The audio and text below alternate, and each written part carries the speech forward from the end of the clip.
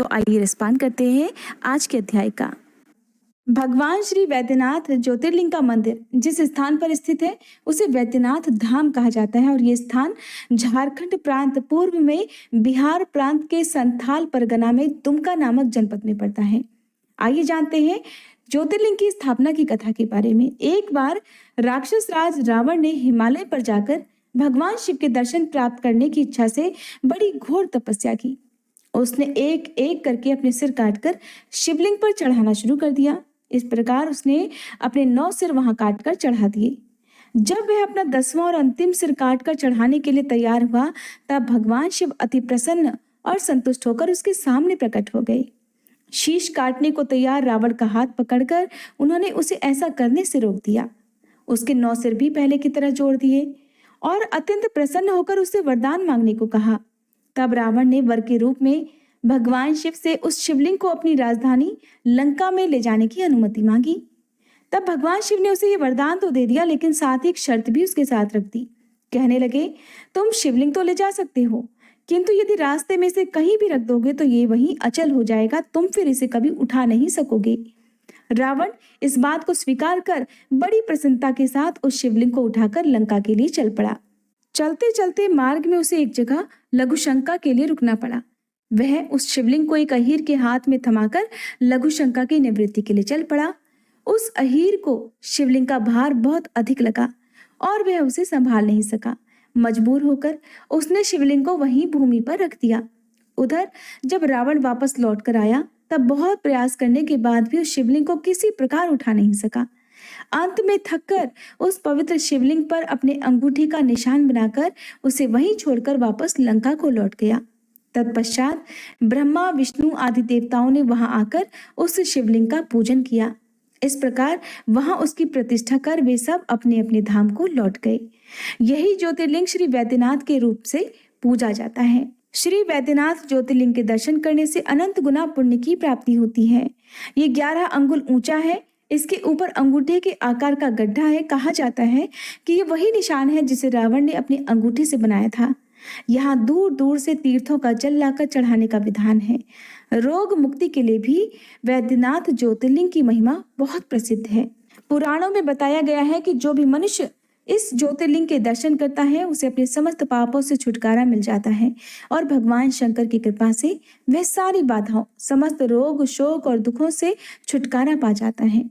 आइए अब रसपान करते हैं शिवरुद्राष्टकम के संस्कृत पाठ और हिंदी अनुवाद का।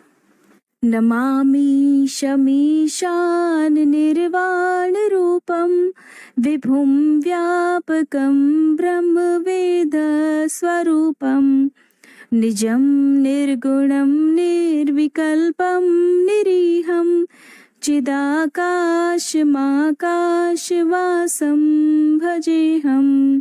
अर्थात, हे भगवान ईशान को मेरा प्रणाम। ऐसे भगवान जो कि निर्वाण रूप है, जो कि महान ओम के दाता हैं, जो संपूर्ण ब्रह्मांड में व्याप्त हैं और जो अपने आप को धारण किए हुए हैं, जिनके सामने गुण अवगुण का कोई महत्व नहीं, जिनका कोई विकल्प नहीं, जो निष्पक्ष है, जिनका आकार आकाश के समान है, जिसे मापा नहीं जा सकता, उनकी मैं उपासना करता हूँ।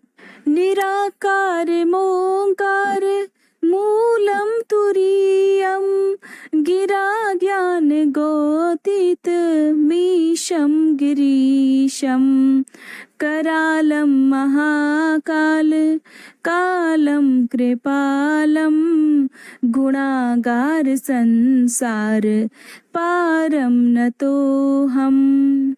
अर्थात, जिनका कोई आकार नहीं, जो ओम के मूल हैं, जिनका कोई राज्य नहीं, जो गिरि अर्थात पर्वतों के वासी हैं, जो कि सभी ज्ञान शब्द से परे हैं, जो कि कैलाश के स्वामी हैं, जिनका रूप भयावह है, जो कि काल के स्वामी है, जो उदार एवं दयालु हैं, जो गुणों का खजाना है, जो पूरे संसार के परे हैं, उनके सामने मैं नतमस्तक हूँ। तुषाराद्रिसंकाश गौरम गंभीरम मनोभूत कोटि प्रभा श्री शरीरम। स्फुरन् मौली कल्लोलिनी चारु गंगा लसद्धाल बालेंदु कंठे भुजंगा।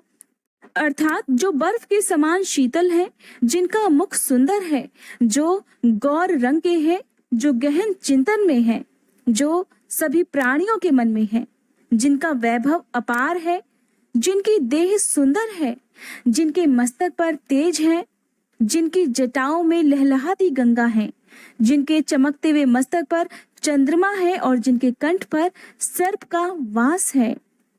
चलत कुंडलम भ्रसु नेत्रम विशालम प्रसन्नाननम नीलकंठम दयालम मृगाधीश चरमा अंबरम मुंडमालम प्रियम शंकरम सर्वनाथम भजामि। अर्थात जिनके कानों में बालियां हैं, जिनकी सुंदर भौहें और बड़ी बड़ी आंखें हैं, जिनके चेहरे पर सुख का भाव है, जिनके कंठ में विष का वास है, जो दयालु हैं, जिनके वस्त्र शेर की खाल है, जिनके गले में मुंड की माला है, ऐसे प्रिय शंकर को, जो कि पूरे संसार के नाथ हैं, उन्हें मैं पूजता हूँ। प्रचंडम प्रकष्टम प्रगल्भम परेशम अखंडम अजम भानु कोटि प्रकाशम त्रहशूल निर्मूलनम शूलपाणि भजे हम भवानी पति भावगम्यम। अर्थात जो भयंकर है, जो परिपक्व साहसी है, जो श्रेष्ठ है, अखंड है, जो अजन्मे है, जो सहस्त्र सूर्य के समान प्रकाशवान है, जिनके पास त्रिशूल है, जिनका कोई मूल नहीं है, जिनमें किसी भी मूल का नाश करने की शक्ति है, ऐसे त्रिशूलधारी माँ भगवती के पति, जो प्रेम से जीते जा सकते हैं, उन्हें मैं वंदन करता हूँ। कलातीत कल्याण कल्पांतकारी सदा सज्जनानंद दाता पुरारी चिदानंद संदोह मोहापहारी प्रसीद प्रसीद प्रभु मनमथारी। अर्थात जो काल से बंधे नहीं है, जो कल्याणकारी है, जो विनाशक भी है, जो हमेशा आशीर्वाद प्रदान करते हैं और धर्म का साथ देते हैं, जो अधर्मियों का नाश करते हैं, जो चित्त का आनंद है, जो जुनून है, वो मुझसे सदा खुश रहें। ऐसे भगवान जो कामदेव नाशी है, उन्हें मेरा शत शत प्रणाम है। न यावद उमानाथ पादारविंदम भजन्ति लोके परे वानराणाम न तावद सुखम शांति संताप नाशम प्रसीद प्रभो सर्व भूताधिवासम। अर्थात जो यथावत नहीं है, ऐसे उमापति के चरणों में कमल वंदना करता है, ऐसे भगवान को पूरे लोक के नर नारी पूजते हैं। जो सुख है, शांति है, जो सारे दुखों का नाश करते हैं और जो सभी जीवों में वास करते हैं। न जानामि योगम जपम नैव पूजा न तो हम सदा सर्वदा शंभुतुभ्यम जरा जन्म दुखोग तातप्यमानम प्रभु पाहि आपन नमामीश शंभो। अर्थात मैं कुछ नहीं जानता, न योग न ध्यान, ऐसे देव के सामने मेरा मस्तक झुकता है। सभी सांसारिक कष्टों, दुखों से, दर्द से ऐसे देव मेरी रक्षा करें, मेरी बुढ़ापे के कष्टों से रक्षा करें। मैं सदा ऐसे शिव शंभु को प्रणाम करता हूँ। रुद्राष्टकमिदं प्रोक्तम विप्रेण हर्तोषे ये पठन्ति नरा भक्त्या तेषा शंभु प्रसीदति।